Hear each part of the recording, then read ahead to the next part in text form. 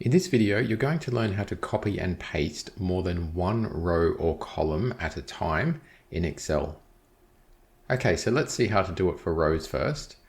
So all you need to do is start off by selecting the first row that you want, and then hold down the Control key, and then select all the other rows that you want, and then let go of the Control key. And from there, you can press Control C to copy, or you can right click on the mouse and go to copy. And then just go down to where you want to paste and just right click again and click on paste, or you can hit Control V for paste. Okay, so there you can see that we've copied and pasted down those 3 blue rows.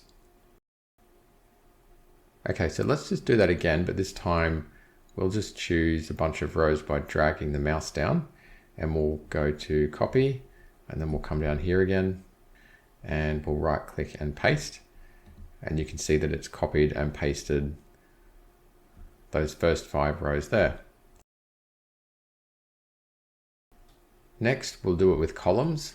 So I'll just choose column A by clicking on it with the mouse, and then I'll just hold down Control and I'll just choose a couple more columns like this.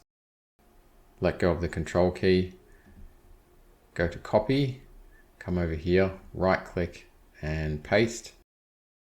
Okay, so that's copied and pasted over a couple of columns, as you can see, the ones that we've selected.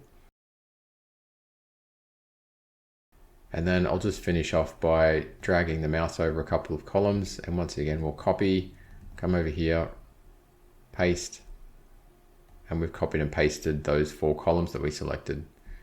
Okay, so that's how easy it is to copy and paste multiple rows or columns in Excel.